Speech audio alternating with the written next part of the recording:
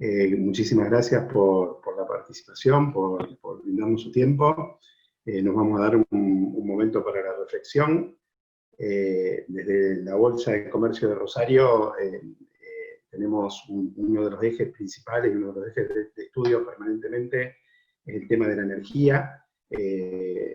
Como muchos de los que están presentes acá saben, Santa Fe es casi, históricamente siempre fue casi un 10% de la matriz energética nacional a nivel de consumo, pero nosotros nuestra base fuerte es en lo industrial, en lo PYME. Casi el 25% de las pymes argentinas se sitúan en la localidad de Santa Fe, así que la matriz energética es sumamente importante, tanto la energía eléctrica como el gas, y bueno, y obviamente también estamos muy interiorizados, muy preocupados por el tema de la mitigación del cambio climático, ¿no? Y la utilización de las nuevas tecnologías para poder contrarrestar lo que es los gases de efecto invernadero. Hoy contamos con la participación del Instituto General Mosconi, con su presidente y con su vicepresidente. Voy a presentar a Jorge La Peña, es ingeniero industrial, egresado de la UBA, uno de los principales referentes energéticos de la Unión Cívica Radical, es presidente del Instituto Mosconi desde el año 1985, fue secretario de Energía y presidente de YPF en el gobierno de Raúl Alfonsín. Desde el 2000 al 2002 fue titular de la CONEA. En la gestión macrista integró el directorio de NARCI de Transener, y bueno, obviamente un dato que ayer lo hablábamos un poco, renunció en el año 2018 en desacuerdo con las políticas energéticas instauradas en el gobierno anterior. Y por otro lado nos acompaña también Gerardo Rabinovich, que también es ingeniero industrial, hoy es vicepresidente del Instituto General Mosconi, y es director de la empresa mendocina de energía, entre otros cargos. Así que bueno, ellos vienen trabajando con políticas, con el estudio de políticas energéticas a nivel nacional, y hace muy poquito elevaron un informe a la consideración del público en general, síntesis programática del documento de las políticas energéticas de 60 medidas. Así que bueno, les agradecemos su tiempo, su predisposición, y bueno, nos encantaría escucharlo, Jorge y Gerardo.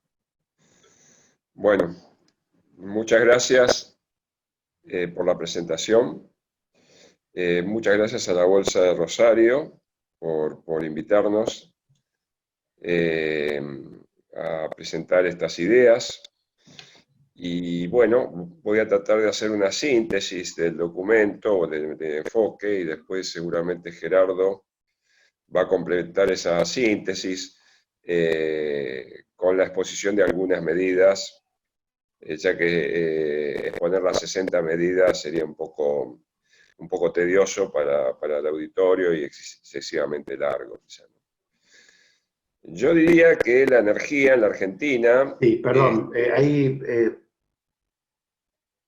lo único que me olvidé de decir es, para los participantes, tienen la opción de dejar en el chat las consultas o las preguntas, y después, al final de la charla, lo vamos a compartir. Así nuestros invitados pueden contestar. Bien, perfecto.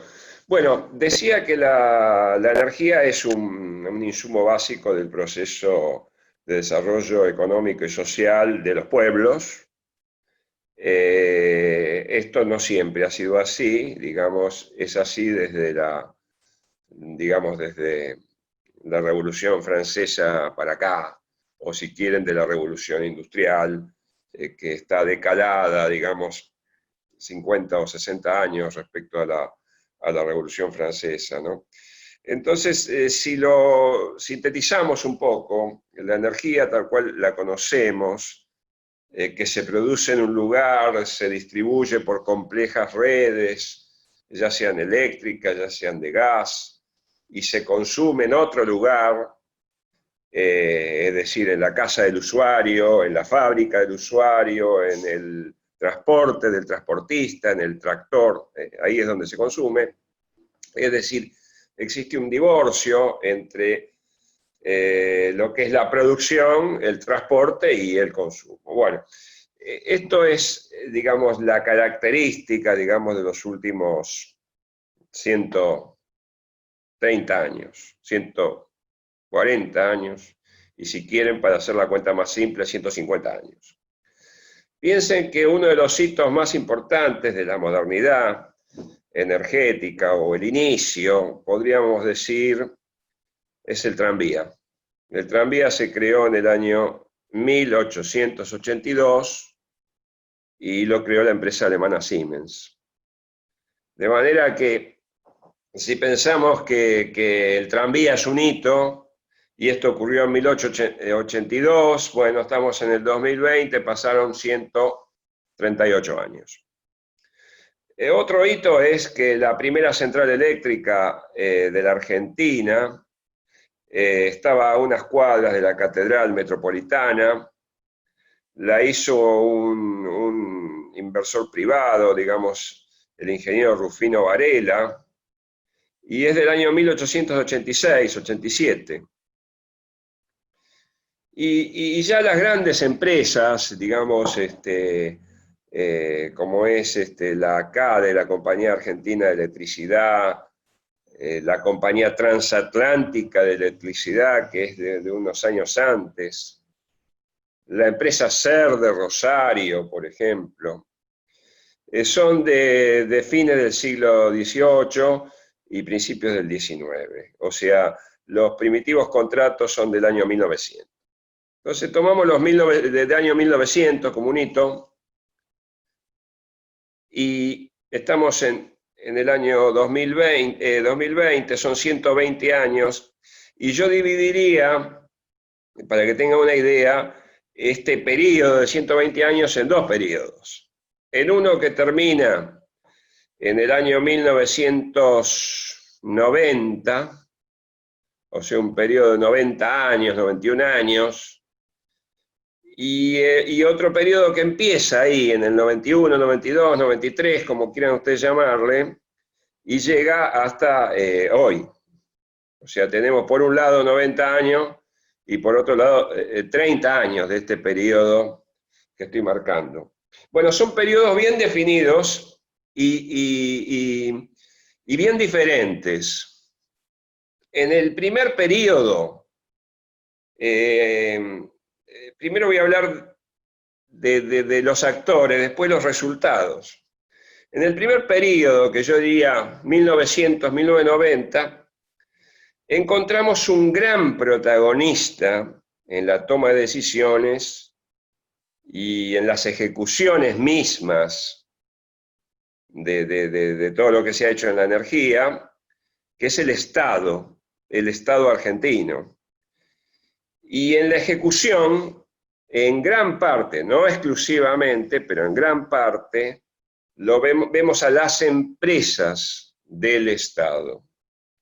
Es decir, ahí hay un tándem bastante coordinado, que sería Estado argentino y empresas del Estado argentino construyendo infraestructura energética cada vez más importante para satisfacer una demanda siempre creciente de un país vertiginosamente creciente.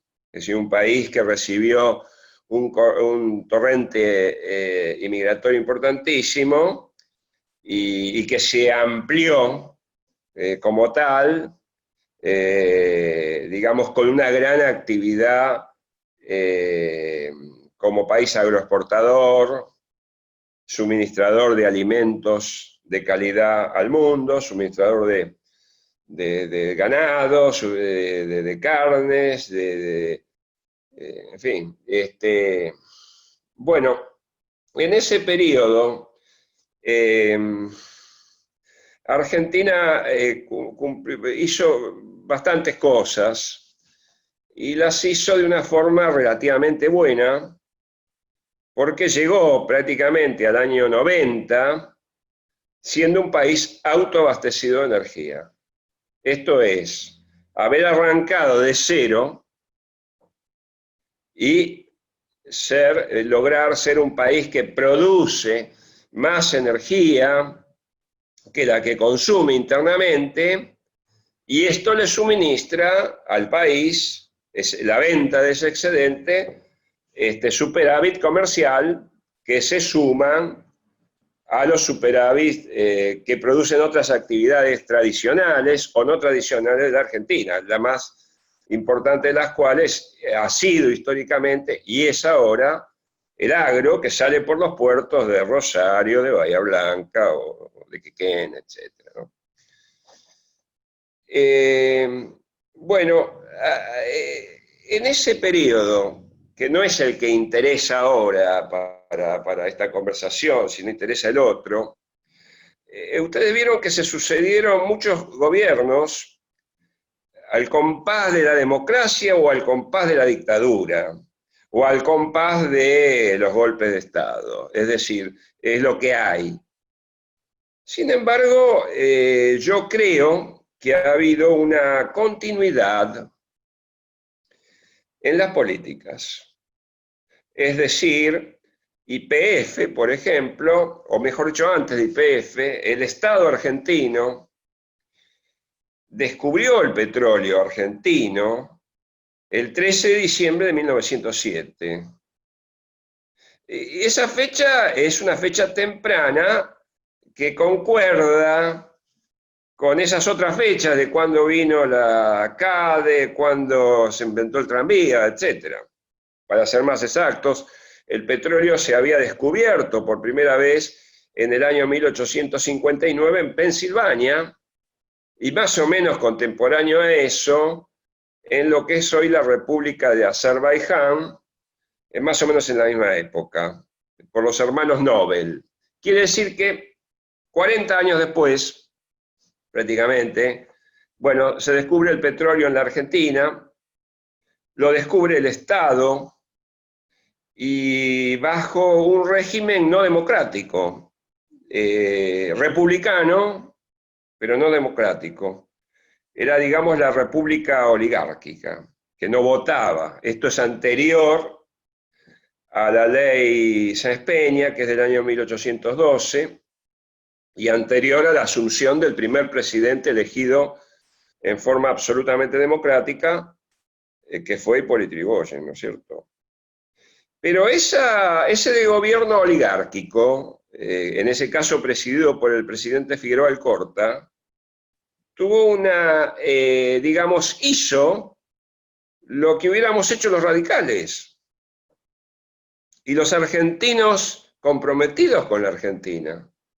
Cuando descubre el petróleo, la primera decisión que toma es declarar una reserva fiscal alrededor del pozo descubridor, que es lo contrario que nosotros supondríamos hoy que haría un liberal de esa extracción, que es decir, el Estado siempre es malo, por lo tanto descubrí el petróleo, pero que venga un empresario privado que lo va a sacar mejor que yo.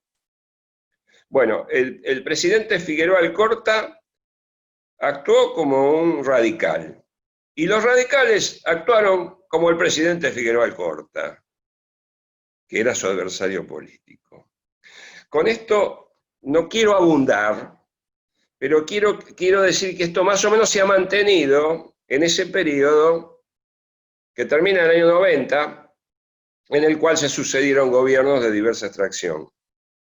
YPF fue creada en el gobierno de Irigoyen, pero antes había habido una proto-YPF, o sea, una especie de YPF un poco más chica que había sido creada precisamente en el gobierno de Roque Sáenz Peña, que es el autor de la ley Sáenz Peña, que es la ley del voto obligatorio, universal y secreto, ¿no? Entonces, que es la que permitió esta renovación política tan importante. O sea, dentro de la renovación política y del cambio político, hubo unas continuidades interesantísimas.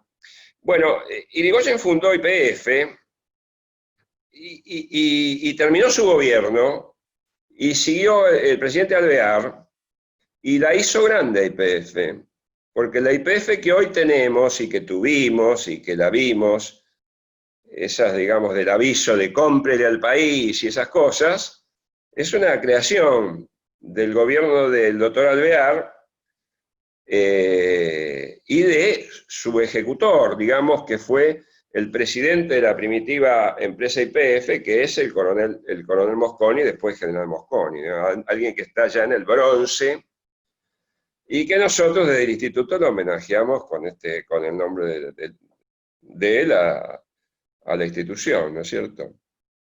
Bueno, en ese periodo, digamos que de 90 años, YPF descubrió como 5 cuencas, o sea, no solo el Estado había descubierto el petróleo en Comodoro Rivadavia en el año 1907, sino que en el año 1919 descubrió los yacimientos y la otra cuenca distante a miles de kilómetros o por lo menos a cientos, que es la cuenca neuquina. Y luego se descubrió 30 años después la cuenca mendocina, y luego la cuenca salteña, y luego el petróleo en el mar, en el extremo sur. De manera que no es un hecho accidental que la Argentina haya encontrado petróleo buscando agua, como a veces dice la literatura. La Argentina buscaba petróleo, encontró petróleo, pero después fue capaz de seguir encontrando petróleo que reemplazara los petróleos que ya se habían consumido, y petróleo y gas. El hecho más importante de la historia de Argentina, energética argentina, es el descubrimiento del petróleo. Pocos países tienen producciones importantes de este hidrocarburo que le permitan llegar a la autosuficiencia. Algunos producen algo. Uruguay no produce nada. Chile muy poco. Paraguay nada. La guerra entre Bolivia y por el Chaco en la década del 30 fue por la creencia de la existencia de yacimientos petroleros, y después no se descubrió el petróleo. Quiere decir que es un hecho no tan sencillo, ¿no es cierto? Bueno, lo cierto es que YPF actuó como una verdadera columna vertebral, y decía, el primer hecho es haber descubierto el petróleo, pero el segundo hecho más importante fue que en el año 76 YPF descubrió un yacimiento gigante de gas, no solo un yacimiento, sino un yacimiento gigante de gas, que es el yacimiento de Loma de la Lata, que le permitió a la República Argentina, sumando la producción de gas de Loma de la Lata con la producción petrolera, ser un país autoabastecido de energía, alcanzado eso más o menos en el año 90, 89-90, según como midamos la estadística. Entonces, columna vertebral, YPF, Estado, YPF. Pero hubo otras columnas de un valor extraordinario que merecen ser citadas un poquito en esta conversación que estamos teniendo. Ustedes piensen que en el año 50, después de un inicio medio dudoso, llamémosle, se creó la Comisión Nacional de Energía Atómica. Y en el año 73 fue inaugurada la primer central nuclear de América Latina, que es la central nuclear de Atucha, que todavía funciona, 40 años después.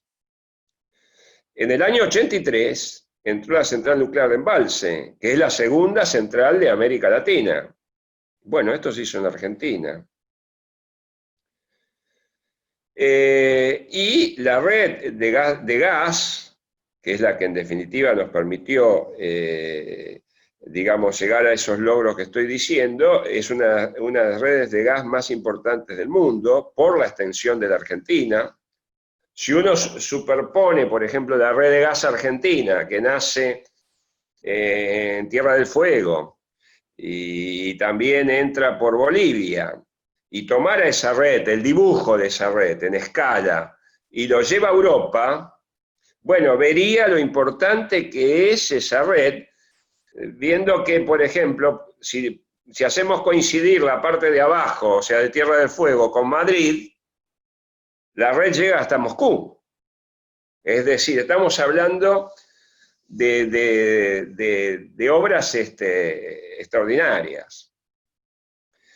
Y bueno, lo mismo podríamos hablar de la empresa Agua y Energía Eléctrica y su gran performance de obra hídrica, centrales extraordinarias, que le dieron vida a regiones como la región del Alto Valle del Río Negro, o gran parte de la propia economía mendocina, los ñigüiles, etc., que después fue superada. Esta es una empresa que también se había creado en su primitiva versión en 1913. Después fue superada por una hija de ella, que es la empresa Hidronor, que construyó un conjunto de obras extraordinario, la más importante de las cuales es el Chocón y los Cerros Colorados, una obra que se ejecutó entre el año 68 y el año 73, y que fue denominada en su momento la obra del siglo. Es decir, estamos hablando de una Argentina que juega en grandes ligas porque hace centrales que están a la altura de las más importantes del mundo. De hecho, la central de Salto Grande, que también se inauguró en los años 70, 75, 76, es un emprendimiento binacional de los primeros de América, y la obra tiene una calidad técnica extraordinaria y se hizo en un tiempo, digamos, muy acotado, y es una obra que ya está totalmente amortizada, sigue funcionando y va a seguir funcionando por muchísimos años más hacia adelante, y es un ejemplo de las interesantísimas cosas que ha hecho la Argentina en ese periodo, en lo cual, bueno, de la mano de este modelo, que constituye una política de Estado, porque se mantuvo a través de varios gobiernos, digamos, una muestra de lo que la Argentina podría haber llegado a ser, o lo que alcanzó a ser, como quieran llamar. Bueno, paso a la fase siguiente. No me quiero extender demasiado, pero este modelo exitoso cambió totalmente porque cambiaron, llamémosle, los paradigmas con los cuales el modelo se organizó. En los años 90 vino una venta total del sistema, se privatizaron todas las empresas, se lapidó la idea de un Estado presente y decisor, y las empresas del Estado como ejecutores. Esta idea fue puesta en tela de juicio por sí misma, digamos, y esto fue reemplazado por un Estado inexistente que dejó de tomar decisiones estratégicas, o sea, qué hacer, cómo hacerlo, cuándo hacerlo y cómo financiarlo. Y también, bueno, ese lugar de las empresas que fueron privatizadas, algunas totalmente, otras por partes, como ocurrió con Gas del Estado, que era una unidad única y se vendió como en 10 pedazos. Bueno, generó la entrada de otra sociología, llamémosle así, que es la empresa privada gestionadora en el marco de un Estado que se abstiene de fijar políticas, porque la idea es, la mejor política es la política que no existe, digamos, de acuerdo a una concepción liberal que no comparto. Bueno, como resultado de eso, en estos 30 años que van desde 1990 a 2020, YPF no existió más como tal. La empresa pasó a ser una empresa privada, organizada con un estatuto aplicado bajo la jurisdicción de los Estados Unidos. Gas del Estado dejó de existir y se partió en 9 o 10 pedazos. Lo mismo le ocurrió a Agua y Energía Eléctrica y a Hidronor. Y bueno, digamos, entonces hubo un cambio, digamos, en los modos de pensar, en los modos de planificar, en los modos de decidir y en los modos de ejecutar las obras. Los resultados son que Argentina perdió el autoabastecimiento energético en el año 2011, después de haber sido autoabastecida 20 años, es decir, lo empezó a perder antes, pero en el año 2011 pasamos a balance negativo, y en vez de generar dólares para la economía argentina, empezó a consumirlos en forma acelerada. O sea, el sector energético era un demandante de dólares para importar, y bueno, y entonces esto complicó una parte importante de la macroeconomía de la Argentina. Por otro lado, la producción de petróleo de YPF, y esta es la razón por la cual el país dejó de ser un país autoabastecido y exportador, empezó a bajar desde el año 1998 en adelante, y esta, si lo toma, según cómo se la tome, es la mayor caída productiva de toda la historia. ¿A qué se debe esto? Bueno, YPF dejó de explorar y dejó de descubrir nuevas cuencas. El negocio petrolero se basa precisamente en el descubrimiento de nuevas cuencas y nuevos yacimientos dentro de esas cuencas que reemplacen a los yacimientos de las cuencas viejas y a los yacimientos viejos de las cuencas viejas. Las dos cosas. Y bueno, entonces hemos perdido el motor, llamémosle, de todo esto, y la energía se hizo más cara. En vez de ser una energía barata, propia de un país exportador, se hizo una energía más cara, y esa energía más cara generó tarifas también más caras, y bueno, y muchas veces los gobiernos que gobernaron en estos 20 últimos años de este siglo XXI se vieron obligados, unos por razones ideológicas y otros por razones más de tipo práctico, a hacer congelamientos tarifarios. Una razón ideológica es la que le puedo asignar a los gobiernos Kirchner, sea de Cristina Kirchner o de su esposo, o inclusive el actual gobierno. Es decir, congelo porque es malo que la empresa gane. Y en cambio hubo otros congelamientos, por ejemplo, de los que están actualmente en vigor, que los hizo el presidente Macri, no porque esté de acuerdo con los congelamientos, sino porque entendió, en determinadas circunstancias, que ese traslado a precios de los, digamos, de los valores del dólar, etcétera, podían provocar una conmoción social. Es decir, por razones ideológicas o por razones prácticas, en el siglo XXI la Argentina vivió congelando las tarifas. El congelamiento sistémico de tarifas en un país como la Argentina, con fuertes desequilibrios macroeconómicos, da como resultado que las empresas enfilen con velocidad de crucero hacia la quiebra.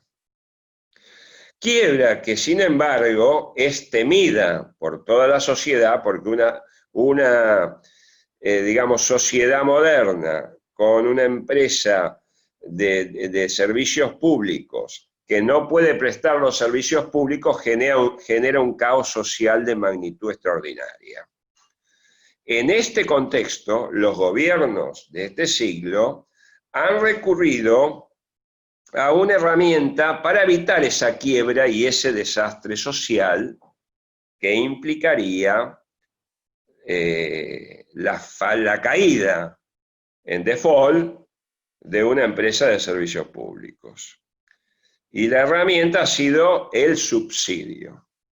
El subsidio que proviene de un tesoro exhausto en una economía altamente inflacionaria, termina por financiar ese subsidio con emisiones brutales Y esas emisiones brutales, lo único que logran es generar inflación y devaluación.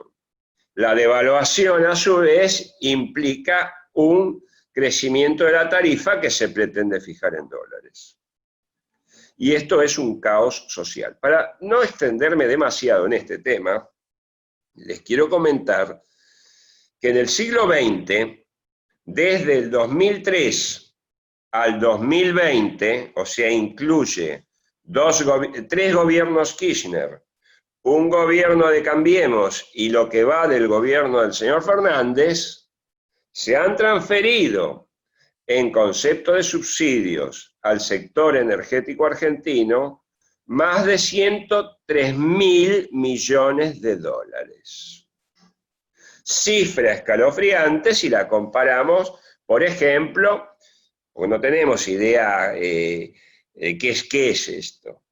Pero si la comparamos con que el crédito más grande que dio el Fondo Monetario en toda su historia es de 57.000 millones y se lo dio a la Argentina, que tampoco lo puede pagar ahora, vemos que el sector energético se engulló 103, el doble de ese crédito. Bueno, con esto quiero decirle que estamos en una situación energética insatisfactoria. Esa es la palabra que uso. Si esta situación de no sustentabilidad, que yo llamo insatisfactoria, no se corrige, el sector se encamina con malas costumbres hacia la quiebra. Es decir, nosotros tenemos petroleros que están acostumbrados a recibir subsidios del Tesoro. Petroleros que tienen también alta influencia corporativa e influyen en el gobierno de turno, sea de Cambiemos o el contrario de Cambiemos. Bajo el pretexto de mantener la paz social y bajo el pretexto de mantener el nivel de actividad económica, le piden subsidios al Estado, aún sabiendo, porque esto es cuestión de leer el diario La Capital del día o el diario La Nación del día, que el Tesoro está en déficit. No obstante lo cual se le pide al Tesoro que financie con subsidios. Y todos saben que no solo está en déficit, sino que tiene que emitir. Y esto genera todavía más inflación de la que puede tolerar el país.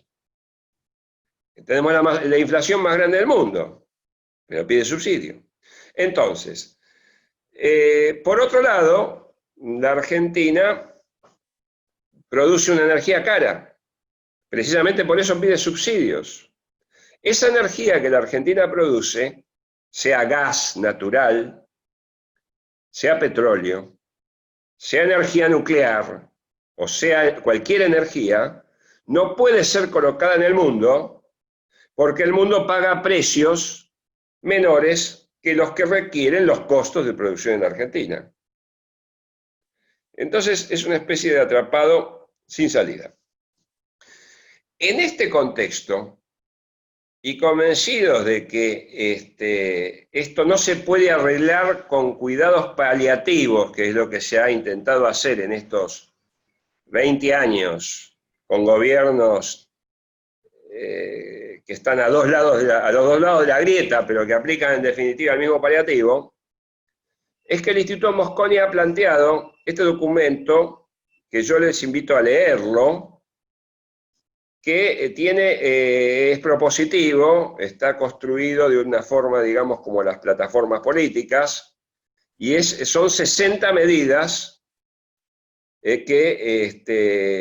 para implementar en el caso, digamos, en un programa que tiene que ser acordado en principio por la política y después apoyado por otros actores que no son la política, que es la academia, el empresariado y los sindicatos y la opinión pública. Es decir, el consumidor tiene que sentirse confortable dentro de estas decisiones. Esto es un trabajo arduo en un país donde los partidos políticos no se hablan, se insultan. y donde el Parlamento todavía no puede, esta es la verdad, sea por la pandemia o no sea por la pandemia, no puede discutir el presupuesto 2020. Bueno, lo que hay que hacer acá es una política de largo aliento, hacer acuerdos, fijar objetivos trascendentes para trasladarnos desde este punto insatisfactorio a un punto, digamos, ubicado 20 o 30 años hacia adelante, en el cual podamos llegar a resultados mucho mejores que los actuales. Y en definitiva, esto es lo que han hecho nuestros antepasados cuando fijaron criterios de largo plazo para la inmigración o criterios de largo plazo para la educación, etcétera, y obtuvieron resultados interesantes. No inmediatamente, pero la Argentina tuvo una de las mejores educaciones de América y cosas por el estilo, y esto ha tardado muchísimos años, ¿no es cierto? Entonces me parece que esto es lo que hay que hacer. Y lo que se está haciendo del cuidado paliativo es lo que no lleva absolutamente a nada. Entonces, sintetizo. Lo primero es una reforma de fondo que diga a dónde queremos llegar. ¿Y a dónde queremos llegar?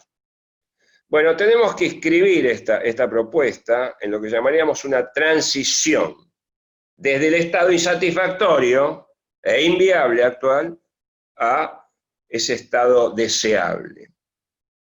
Bueno, esto es una transición múltiple. Necesitamos hacer primero una transición energética. Esto es importante lo que voy a decir. Nuestra matriz energética en un 85% es consumir petróleo o gas, ya sea en forma directa, como hacemos en la hornalla de nuestra cocina, eso es directo, consumimos gas, o a través de la transformación industrial de este gas, por ejemplo, en energía eléctrica. Cuando consumimos energía eléctrica, el 60 o el 70% de esa energía fue fabricada quemando gas natural. Bueno, esto tiene que cambiar. ¿Por qué? Porque el cambio climático se debe en gran parte a la emisión de gases de efecto invernadero, cuyo principal generador es la quema de hidrocarburos, que son petróleo y gas natural o carbón.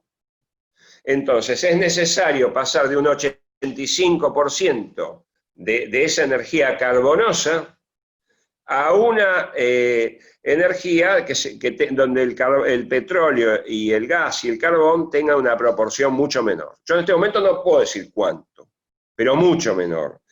Y ese lugar que antes o hasta ahora ocupa el carbón, tiene que ser ocupado por las energías que no producen gases de efecto invernadero. Esto implica más energía solar, más energía eólica, más biocombustibles, más energía nuclear, más energía hidroeléctrica.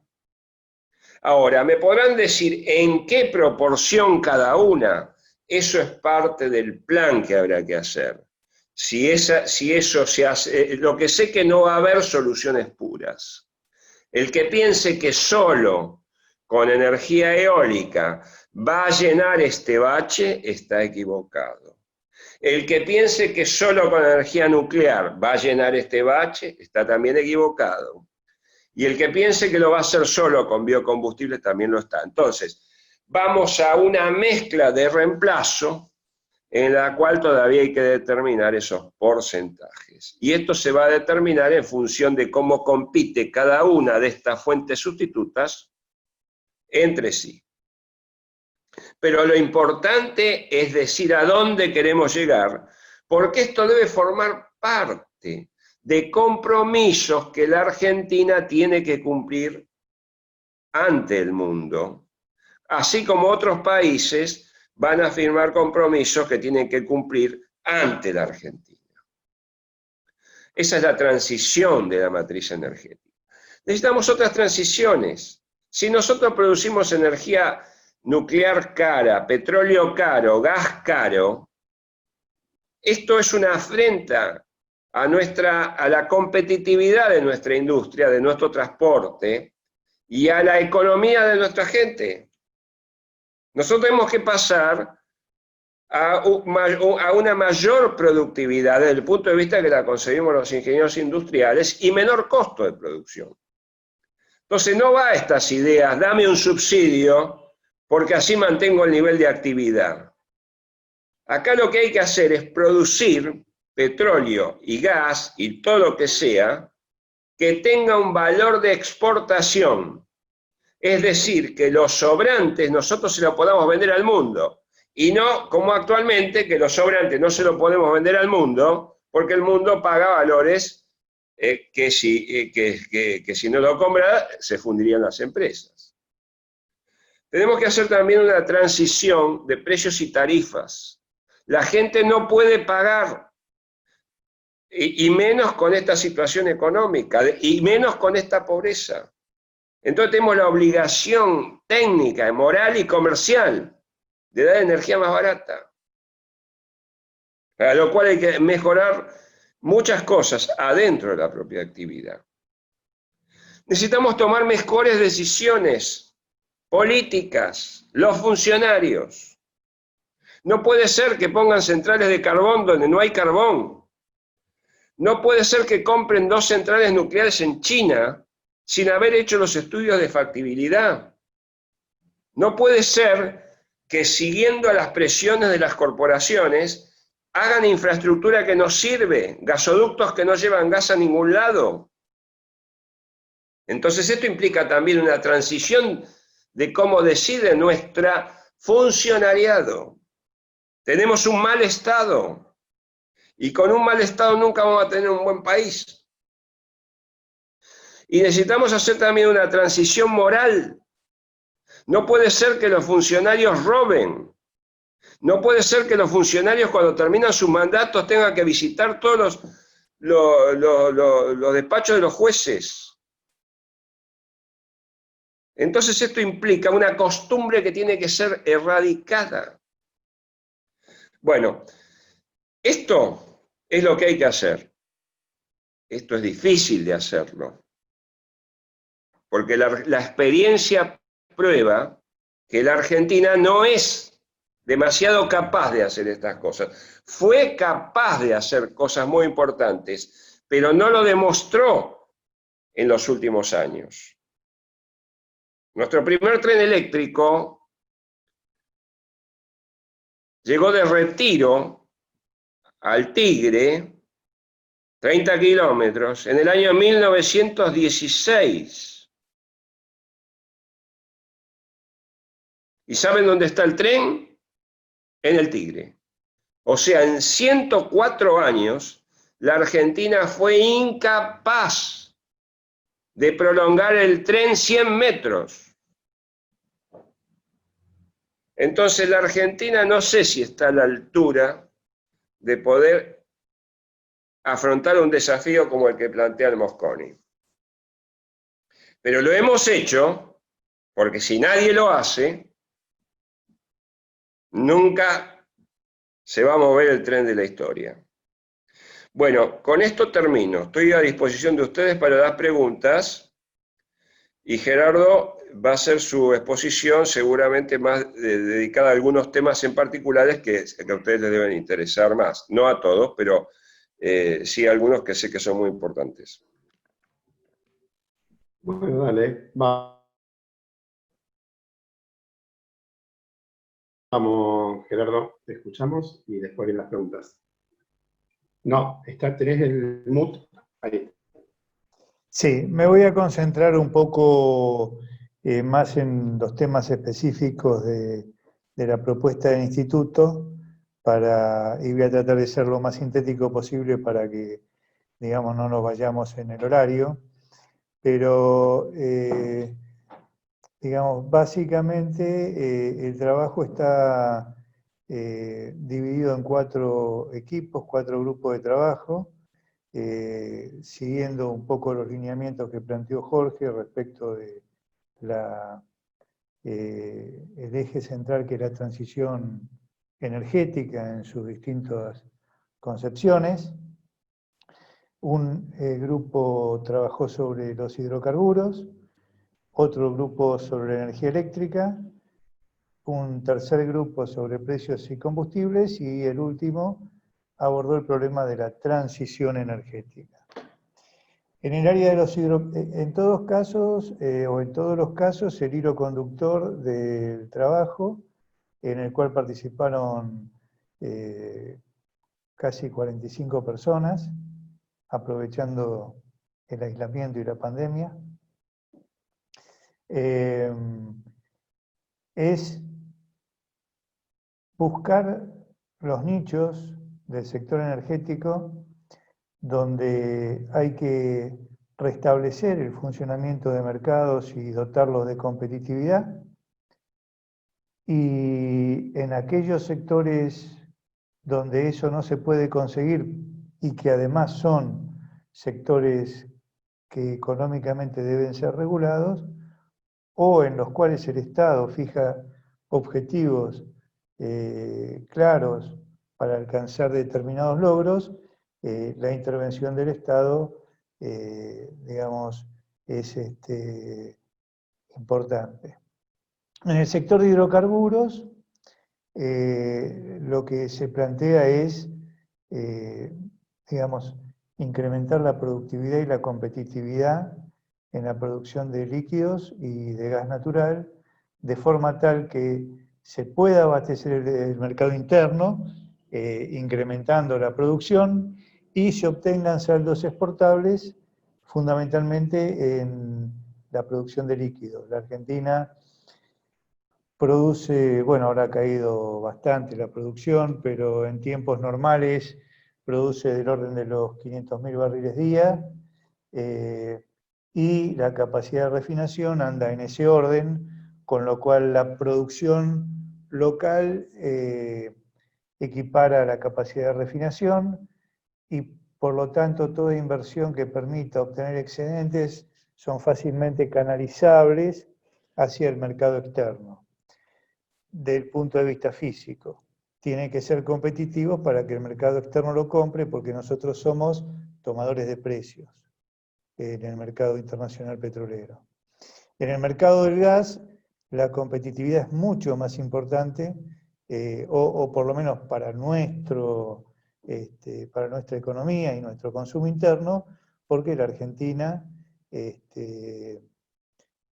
tiene un 53% de su energía primaria abastecida por el gas natural, casi la mitad de la energía eléctrica proviene de centrales que queman gas natural, y por lo tanto el precio del gas natural pasa a ser un eje central de la economía energética argentina, y cualquier distorsión en el mecanismo de formación de esos precios impacta sobre la competitividad y sobre la calidad de vida de la gente. Para lograr eso, entonces, en el sector de hidrocarburos, planteamos iniciar una política exploratoria agresiva en las áreas convencionales y en el offshore, continuar con la política iniciada en el gobierno de Cambiemos para, digamos, continuar las licitaciones de áreas en el offshore, que fueron exitosas y generaron, digamos, la llegada de empresas importantes.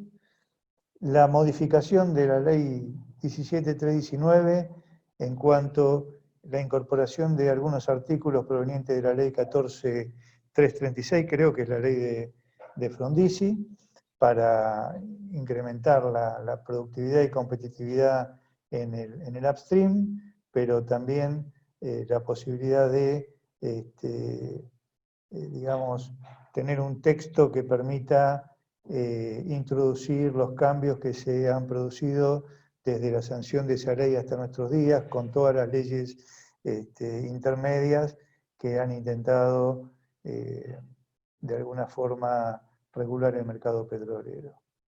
En el sector eléctrico también estamos proponiendo medidas que incrementen la competitividad en la producción, en el mercado eléctrico mayorista, y en ese sentido restablecer el funcionamiento de un mercado y destrabar los mecanismos de intervención que el Estado ha producido en los últimos 15 años, fijando los precios en forma completamente artificial y generando la pelota de subsidios que mencionaba Jorge para cubrir la diferencia entre el costo de producción y digamos, el precio que pagan en el producto electricidad los consumidores. Restablecer las condiciones del mercado eléctrico mayorista implica volver a permitir la contractualización del mercado. Ustedes saben que hoy el mercado a término está suspendido, por decirlo de alguna forma, o anulado, digamos, todo pasa a través de lo que podríamos llamar casi un monopsonio, que es Gamesa, que también funciona como único comprador y luego distribuye entre las distintas empresas distribuidoras. También actúa de esa forma en el mercado de gas natural y, digamos, desarmar ese mecanismo y generar un nuevo mecanismo de formación de precios que tenga en cuenta el verdadero costo de producción, incluyendo el costo de producción y transporte de las nuevas energías renovables no convencionales que están amparadas o promovidas por la Ley 27.191. En ese sentido, creemos que Gamesa ya no cumple la función para la que fue creada y por lo tanto tiene que ser dividida en dos empresas. Una mantendría la administración del mercado. Esto implica mantener los mecanismos de facturación, medición, digamos, cobranza, etcétera, etcétera, pago a los generadores y todas las tareas administrativas que conllevan el mercado eléctrico mayorista y que están en cierta medida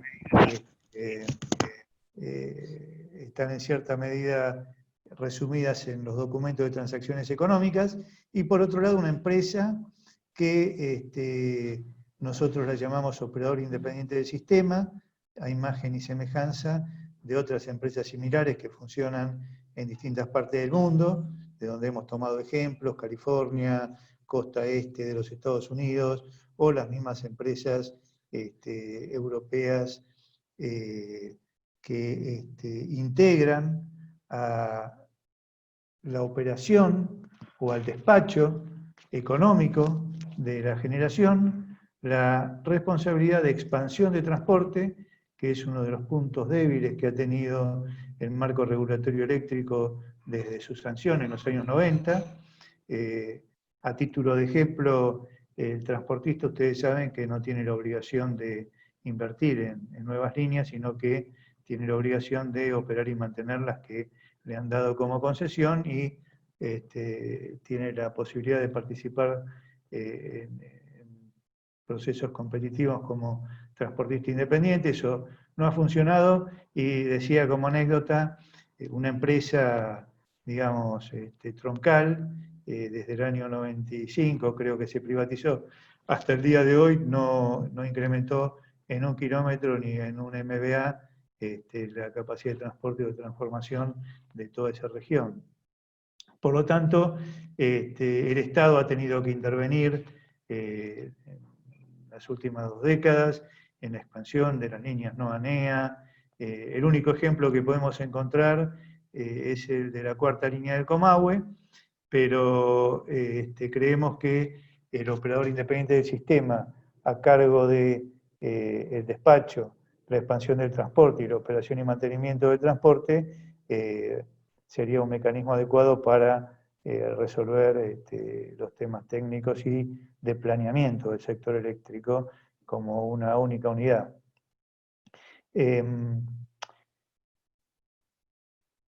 También, bueno, obviamente nosotros, y esto ya lo tratamos en lo que llamamos transición energética o descarbonización del mercado energético, creemos que hay que ser más agresivos en la promoción de energías renovables no convencionales, tratando de llegar a los parámetros que fija la ley 27191, y cuando hablamos de esas energías hablamos de todas las que están incluidas en esta ley, no solo eólicas y solar, sino también biogás, biocombustibles, residuos urbanos, etcétera.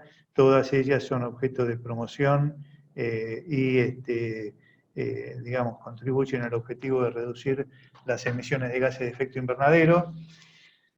También creemos que una de las políticas más agresivas que tiene que implementar el sector energético en el futuro, tendientes también a el objetivo final de tener un sistema energético neutro en el año 2050, con emisiones de CO2 netas, es trabajar sobre la eficiencia energética con mucha mayor agresividad que lo que se ha hecho actualmente, y creemos que, digamos, si bien en el gobierno anterior se iniciaron actividades en el marco del proyecto de la Unión Europea de Eficiencia Energética, no solo estas tienen que continuar, sino que tienen que multiplicarse, y es necesario legislar sobre estos temas, digamos, y pasé, digamos, de un salto del sector eléctrico a la transición y del sector de precios a la transición energética, porque, digamos, todos estos temas que nosotros hemos dividido en grupos de trabajo, en realidad forman parte de un todo y están íntimamente interrelacionados en lo que nosotros creemos que también es un elemento esencial para la organización del sector energético, y es la obligación indelegable del gobierno, del gobierno nacional, de realizar un plan energético nacional de largo plazo, que además de digamos, dar una indicación de hacia dónde debe ir, sea una verdadera herramienta de consenso que pueda atravesar la instancia del Congreso Nacional y, digamos, formular una política estable de largo plazo que supere los vaivenes a los que estamos habituados en el sector energético.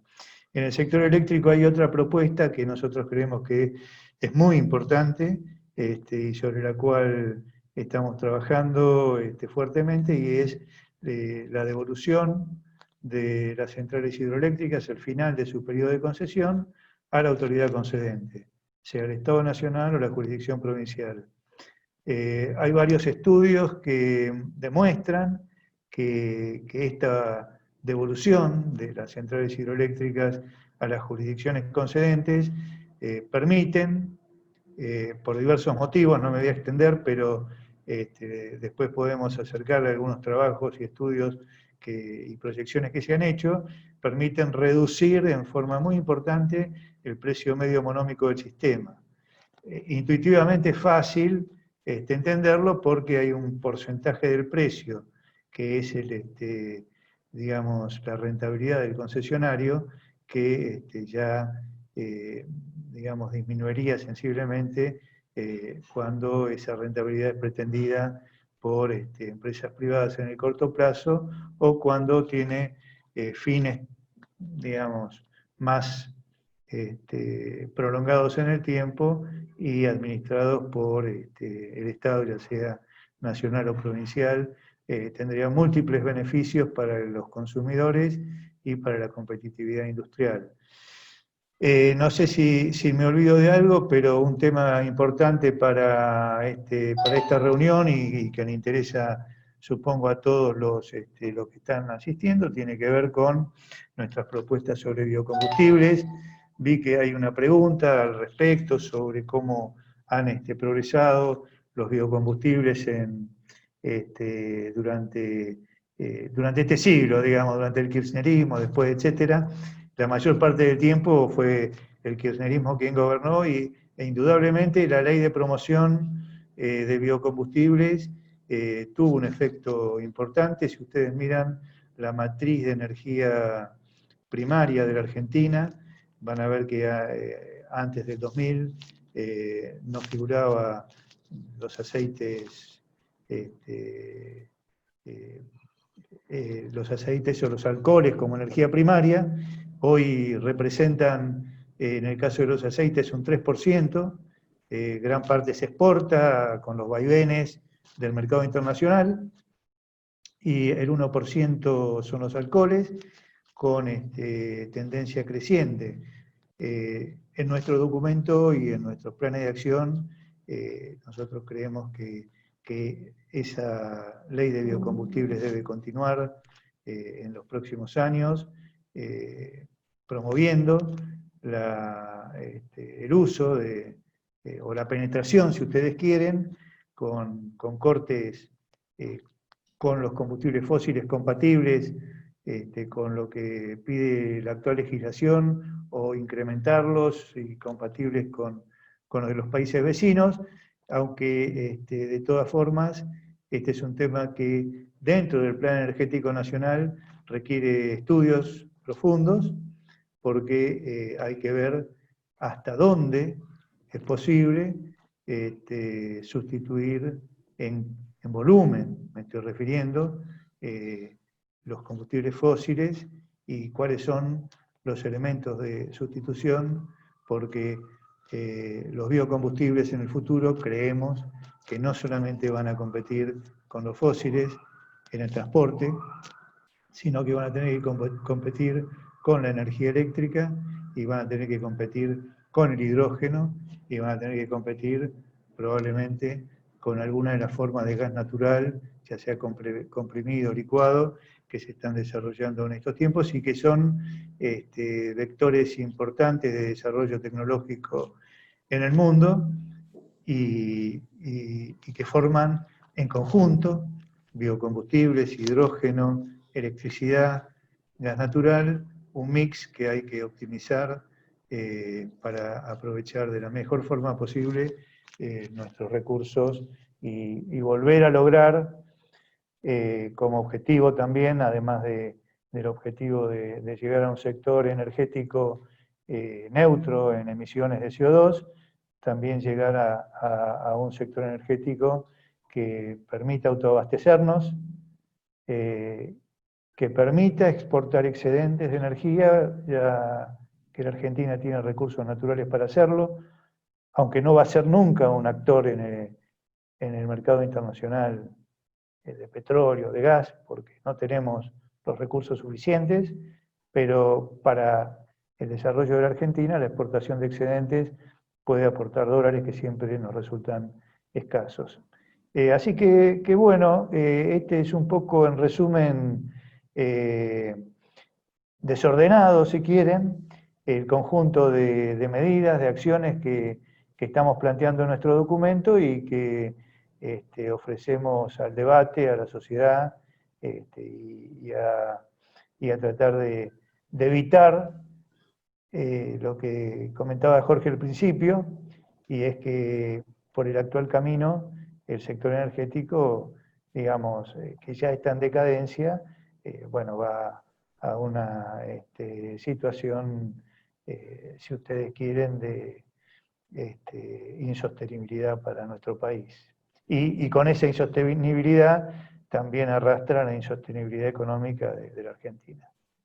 Así que bueno, espero haber sido corto. Sí, perfecto, 10 puntos. Yo tiro una pregunta, contéstela el que quiera. O sea, para nosotros es muy importante todas las noticias y todo lo que conocemos sobre Vaca Muerta.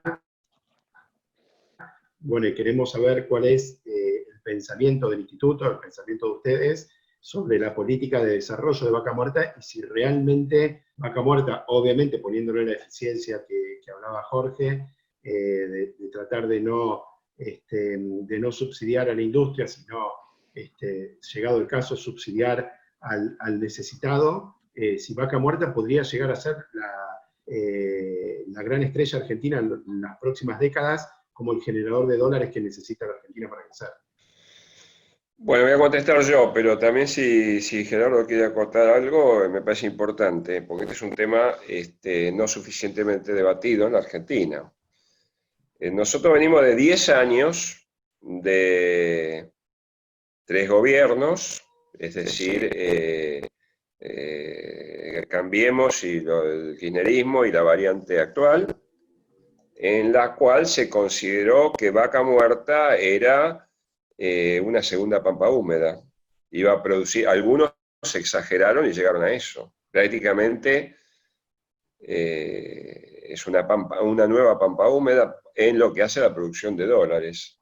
Bueno, esto es totalmente infundado, y algo que no dije quedó en claro precisamente con la pandemia. La pandemia es como una gran inundación. Cuando se va, vemos los desastres que ocasionó, pero aparte vemos lo poco que habíamos hecho para evitar con la infraestructura de que lo peor pase. Entonces, ¿qué ha ocurrido? La pandemia no tiene cura y no tiene vacuna. Entonces, todo lo que hicieron los países fue dejar a la gente en su casa. Cuando deja a la gente en su casa, baja la demanda de bienes y servicios. Dentro de eso baja la demanda de nafta, de gasoil, de petróleo y de gas. Al bajar la demanda cayeron los precios. Y al caer los precios, el primero que se puso en la fila para decir que no podía funcionar con esos precios es el sector petrolero, especialmente el que producía en Vaca Muerta. Esto vino a demostrar que Vaca Muerta puede funcionar con precios arriba de $60 el barril, pero no puede funcionar con precios abajo de $60 el barril. Y el mercado mundial de petróleo no lo maneja la Argentina, lo maneja la OPEP. Por lo tanto, la OPEP, fijando cuotas de producción, puede fijar los precios de su conveniencia. Y si el precio de conveniencia de la OPEP fuera menor de 60, Vaca Muerta cae knockout, para usar un término pugilístico. Entonces, hoy podemos afirmar que Vaca Muerta no es la pampa húmeda, que aún con bajas mundiales de la demanda, puede seguir produciendo y bancando esas bajas. Primera conclusión que digo en la Bolsa de Rosario. Y segunda conclusión, el Estado no debe subsidiar a los productores de petróleo, debe subsidiar en todo caso a aquella parte de la población que por razones de pobreza o pobreza extrema no puede acceder a un suministro de energía, con lo cual se hace inviable la vida en sociedad. Los subsidios se dan para los pobres, no para los ricos. Entonces, ¿qué tiene que hacerse con Vaca Muerta? Reestudiarse. El Estado debe estudiar y contestar estas preguntas. Claro que es viable con $70 el barril, y más viable con $100 el barril, y mucho más viable si el petróleo valiera $150. Pero también es cierto que no soporta valores menores, por lo tanto es un proyecto muy riesgoso. ¿Y quién va a arriesgar plata, dólares, en un país con los desequilibrios macroeconómicos que tiene la Argentina, si además elige una actividad riesgosa, en la cual el petróleo no controla el precio y el petróleo puede bajar y dejarlo totalmente fuera de combate?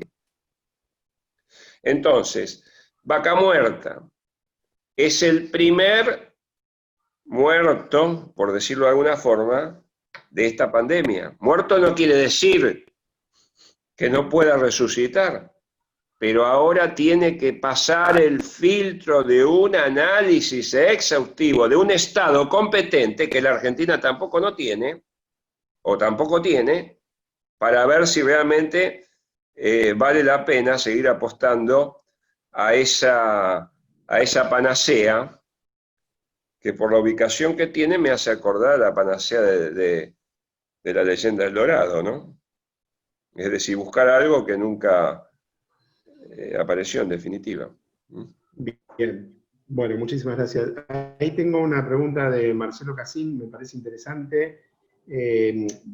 Todos los que estamos en el sector de energético sabemos que de la única forma, y vos lo explicaste muy bien, Jorge, es invirtiendo, de la única forma de retroalimentar el sistema. Entonces la pregunta es, en este contexto macroeconómico, ¿cuáles serían los mecanismos de financiamiento de la industria de los hidrocarburos? Fundamentalmente el gas natural. La inversión privada requerirá, ahí viene la pregunta, subsidios, y la estatal está casi imposible debido a su situación fiscal. ¿Cómo se financia una industria que necesita darle a los argentinos energía en un contexto tan complicado como el nuestro? Bueno, creo que es una pregunta muy difícil de contestar. Si la Argentina no corrige los desequilibrios económicos que la llevan a esta situación de desequilibrio económico o desequilibrio macroeconómico, me parece que estamos chapoteando en el barro. Porque si no, tengo que contestarla que si no puede obtener los dólares de afuera, de la única forma que puede obtener su inversión es desde su propio giro, arriesgando su propio capital. No, mago no soy. Okay. Es decir, ¿quién le va a prestar en este momento plata a la Argentina a bajo interés para competir, por ejemplo, con los productores petroleros norteamericanos que consiguen dólares a muy bajo interés? No sé. La Argentina tiene yacimientos caros porque está fuera de productividad y compite con Arabia Saudita y con los países de la OPEP que tienen muchísimo petróleo de muy bajo costo de extracción, y bueno, el que no compite es el argentino, no el de Arabia Saudita. Entonces, bueno, ahí estamos ante un problema. Por eso digo, si seguimos haciendo lo que estamos haciendo, nos va mal y terminamos mal. Ya 25 o 30 años, digamos, para sacar la década del 90, en la cual se cometieron muchos errores estratégicos. Por ejemplo, nunca yo hubiera privatizado YPF y nunca hubiera roto gas del Estado, no sé. A lo mejor sí algunas empresas, etcétera, pero no esto, porque, bueno, entonces, tomando estos 20 años, ya está claro que el sector así no funciona. Entonces me parece que esos desequilibrios macroeconómicos tienen que resolverse. Por otro lado, en la época del doctor Menem, las empresas funcionaron con tarifas en dólares, pero había una ficción, y la ficción era que un peso era igual a un dólar. Entonces, mientras esa ficción no explotó, no estalló, y bueno, más o menos, los argentinos viajábamos, decíamos deme 2, comprábamos en dólares y pagábamos la tarifa de la empresa distribuidora en dólares. Cuando esa ficción se rompió y un peso ya no era un dólar, sino era un dólar igual a 3 pesos, bueno, el salto fue tan grande que no se pudo seguir con las tarifas en dólares. Las tarifas en dólares permitieron, mientras eso funcionó, que las empresas se endeudaran en dólares. ¿Qué problema tuvieron las empresas? Endeudadas en dólares, cobraban pesos. Y mientras antes, por cada dólar que debía, cobraba un dólar de tarifa, inmediatamente después de la salida de la convertibilidad, eso se multiplicó por 3. Entonces eso es inviable, eso es lo que hay que corregir. Y mientras eso no se corrija, no hay solución. Seguimos dependiendo de la pampa húmeda, que es la única que se banca todo. Yo quisiera agregar algo a lo que dijo Jorge. Respecto a la industria de hidrocarburos, tenemos que diferenciar fuertemente el petróleo del gas natural.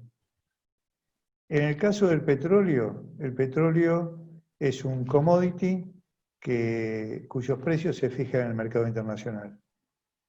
Si tenemos excedentes, se exportará. si los precios acompañan por la volatilidad del mercado. Si los precios se derrumban, como pasó con la pandemia, a menos de $20 el barril, y los productores no pueden exportar o exportan a pérdida, entonces ahí nosotros estamos planteando la aplicación de un mecanismo que está previsto en la ley 17.319 y que es el artículo 6º, en el cual el Estado puede regular el precio interno de los combustibles que forman el precio del crudo aguas arriba en función de su costo de producción. Entonces es muy importante que el Estado, y el Estado fundamentalmente a través de la empresa más importante del sector, YPF, conozca los costos de producción por cuenca y por yacimiento ante emergencias. Entonces, el petróleo por un lado, competitivo. Por otro lado, en el caso del gas, digamos, creemos que la simulación de un mercado a través de la subasta ha dado muy buenos resultados en el gobierno anterior y está dando resultados ahora. El gas se está vendiendo a $2,5. La industria se queja, dice que hay una guerra de precios, etcétera, pero es el mercado. En el mercado hay guerra de precios. Hay excedentes de oferta. Están ofreciendo en verano a $1 el millón de BTU.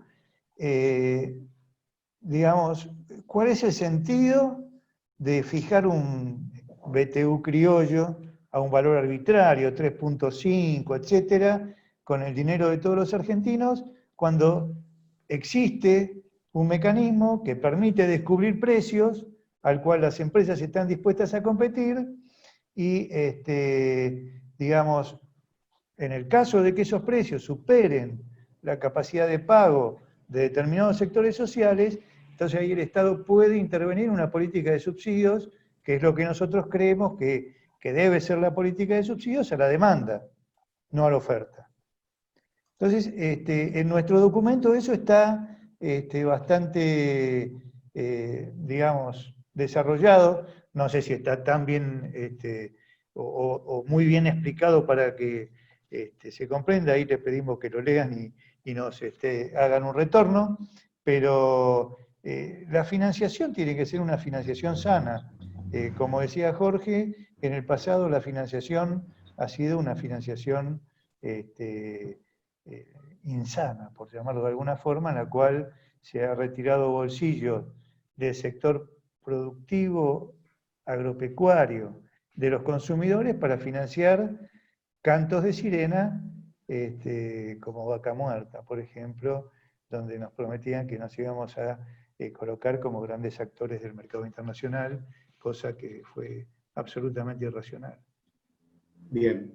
Bueno, ahí dejé colgada en la página web del instituto, se puede encontrar el documento, ¿no? Propuesta de políticas energéticas. ¿Es así? Sí. Bárbaro. Sí, sí. Bárbaro. Bueno, la verdad que le queremos agradecer mucho su participación. Ayer hablamos un poco con Jorge cuando preparamos la charla. Estamos hablando de políticas energéticas que no deja de ser política en general, o sea, obviamente que es muy interesante el punto que ustedes comparten.